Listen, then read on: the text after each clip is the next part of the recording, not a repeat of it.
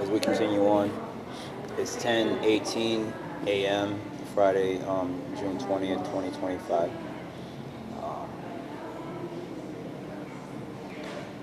Servicing at Woodforks. So this is Black Girls Lost Foundation, and we're keeping it lined and even. You know, the younger me wants to say smack it, but I can't be talking to a judge, male or female. Let's say a judge is in Starbucks or some court officer, like, yo, smack it. You know what I mean? Because let's keep it streamlined. It's not right now. It's for after 5 o'clock. So Black Girls Lost Foundation. We're going to do this every day with the map thing. Logistics, we're going to get down, we're going to get down, we're going to get down, we're going to get down, we're going to get down. Why are we doing this? Because we're police officers. That's why. And that's just what it is.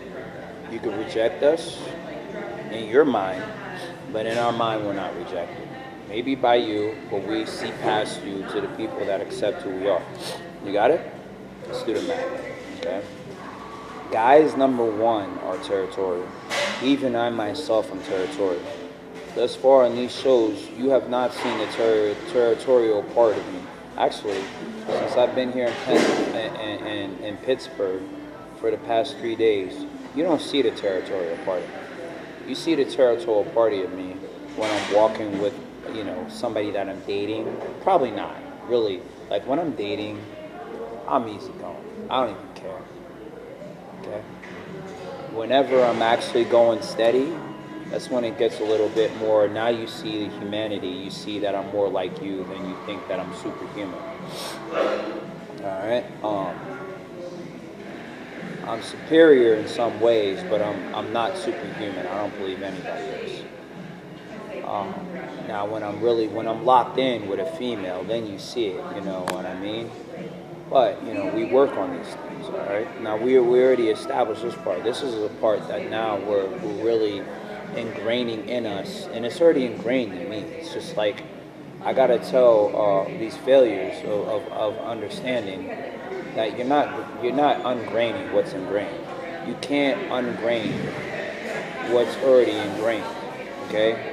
That's like grabbing a bottle of moonshine and trying to reverse it back into Kool-Aid. It's already moonshine. Two different fruits. There's no way possible. You could pour sugar in it. Somebody's going to smack you in the back of the head and take it from you before you even grab the sugar back. Stop it. All right? You're a pedophile, you're a molester, you're a rapist, you're a crack dealer, I don't know what you are, you're a murderer or something. Or if you're not that, you're aiding and abetting somebody that is. Or if you're not that or the stooge with you, and I know that you are one of the two, whoever you are out there, because there's too many of you, I don't even know what you are, right?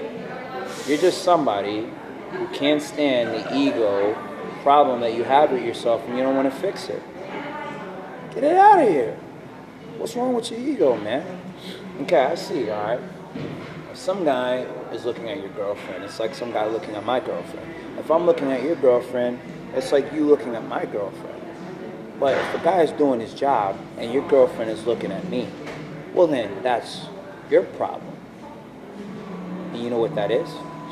The same problem that I would have if you were working and you weren't looking at my girlfriend. Do you hear how many times we said girlfriend? Stop it. You know why? That's petty for me and it's petty for you. We don't need to be this petty. So whenever I'm this petty, I want you to correct me. Because if you don't, my girlfriend's going to do it. And if I don't get it, she's going to leave me. This has happened in times before. When it comes down to the cop business, we're all draws, bro. We're all draws that need to be replaced by brand new draws. Nobody's a cop forever. Nobody's a protector forever. This is the narrative of Godfather all in together. It went from Vito to everybody. It's not a story about Michael. It's a story about everybody. Michael messed up too. You know what I'm saying? Michael got Parkinson's disease. in the movie. But Michael in real life, there's 8 million stories about everybody's Michael. You don't know unless you got a Michael in your family. It's 8 million stories. Everybody sees the saint in Michael because of how Michaels naturally are, but also if you come from the Catholic Church, you see the saint in Michael because Michael is Peter souped up way up there in the royal court of the divinity. So if you're up there in the divinity protecting the Trinity, Michael protects the Trinity. Okay? There's God. There's whoever his son is, okay? Michael's right there. He was the guy that helped Jesus cast down Satan. You understand what I'm saying? Lucifer was Satan in his heavenly form. Satan, like, I don't know. We don't talk religion where I'm from. We talk mechanics, like pass me the pliers, okay? But on earth, when there was roughing up Jesus, the Roman soldiers was coming around like, yo, you know, they was all cool with him because he was a smart guy, according to, because like I study the Bible from a religious study standpoint, from a police officer standpoint, from a psychologist standpoint, from a therapist standpoint. We're psychology majors, you know.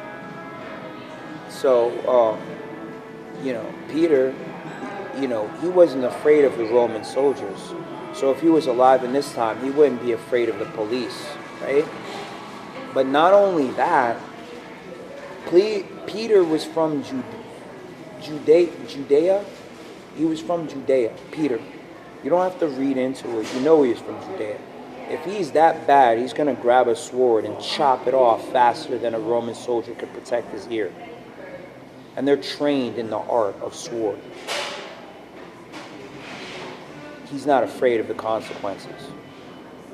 Even he'll eat it if he has to, but it sounded to me like when I was reading it, like a guy that's emboldened, like he knows he's going to get out.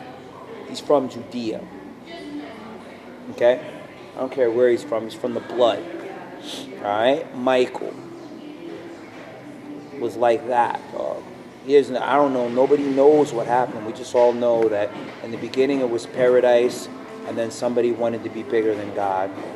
And Michael helped Jesus and all the angels throw down 1/3 of the angels. Now I'm a cop. Now let's rehash a little bit. In the cop business, we're all draws, man. Period.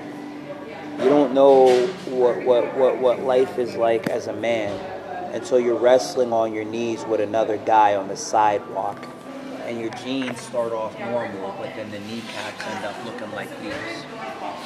Okay? How tough are your knees? Let's forget about it. So all that I'm saying is to you, my brothers, don't let any of these foosballs discourage you. And you want me to keep it real? I could be a foosball myself. I haven't been in these past 4 seasons because I rededicated myself to the family. And it was something that had to be brought to my attention because I was being a foosball. I had a perfect lineup. You hear the story a lot, man. You know, all that PUA money, that was, for me, and people like me, it was workers' compensation for people who are unemployed, even if you get SSI. Okay? Even if you get SSI. If you worked and you were working when the announcement was made, what announcement? The announcement that there's a national emergency. If there's a state of emergency and it's not statewide, it's national, which means it incurs the whole nation. Then the state, meaning the sector of this travesty incurs not a small portion, but a larger portion. If you were working during that time, potentially you may have been a candidate for PUA money. And what is that? Workers' comp. Not a gift for people to say, let's see, what can I think of that can incur me into being a recipient of this, benefit? And, I'm not going to sit here and judge, because a guy like me, I've had thoughts like these before, not just during the pandemic, but during any portion of my life. There has been times when I wonder if I fit the requirements to be a benefit of one thing or another. But as I sat there and I examined, what could potentially be a repercussion or a penalty for fraudulence, I said to me, it's not worth it if I don't fit the mold. I wasn't even looking for this concept to help me out. I was just walking up the street one day in Newcastle, and some guy who's dead right now was walking down the street to the beer distributor called Beers for Less, I think. Beers for Less? Smokes for Less? Something like that. Where everybody gets their beers and cigarettes in Newcastle. And he was going to get some beer. And I was he's coming from his apartment, and I was coming from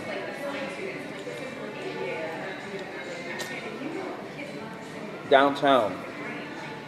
Okay? And I was going up the west side, where I usually go to this corner store, where I just stand in front of it and sell CDs. Okay?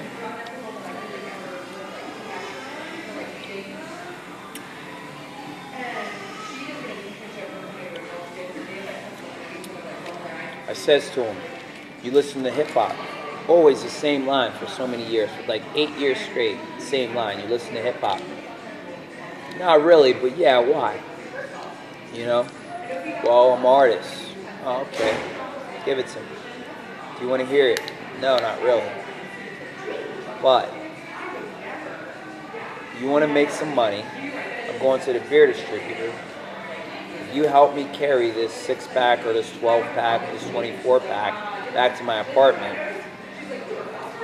5 or 10, what do you want? So I don't know if we split in between or I said 10.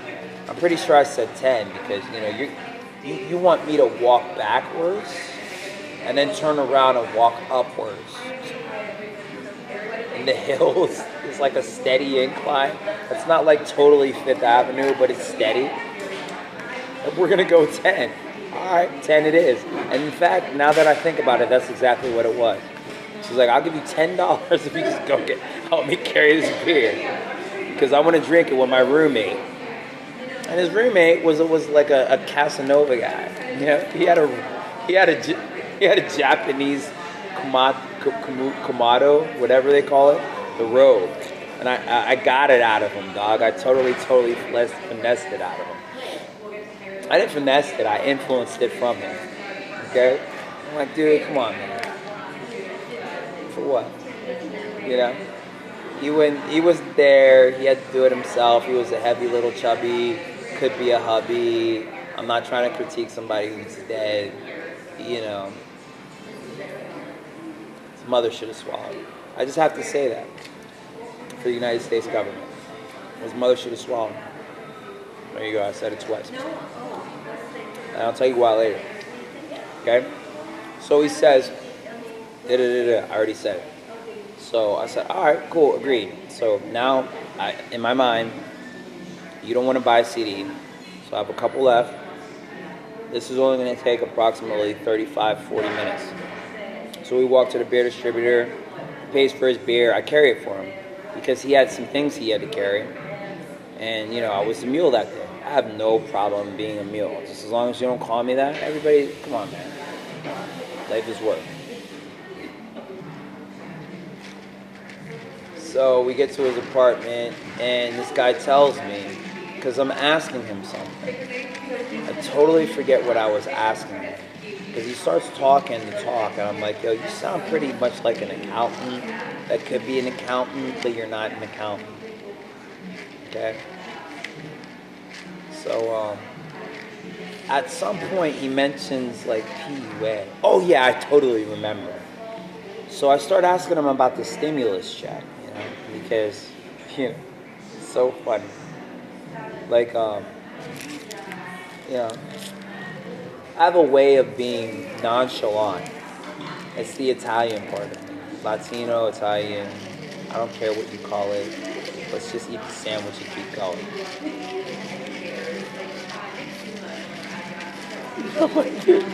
I don't know if we're in number 2 or going on 3. But, I got 3 stimuluses, dude. I totally got 3 stimuluses. But, again, what is this thing, huh? Because you don't understand. Oh, man, it is so bad. There's a lot of people that don't know what's about to hit them. Some people already know what hit them. They're like dobbing and weaving. And the word is actually dodging, but dobbing sounds funnier.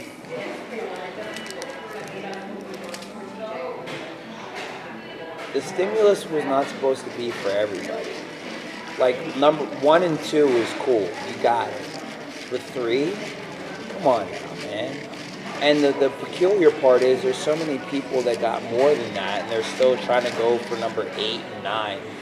It's like, dude, you already got 3. You never heard the concept of work? Shalom.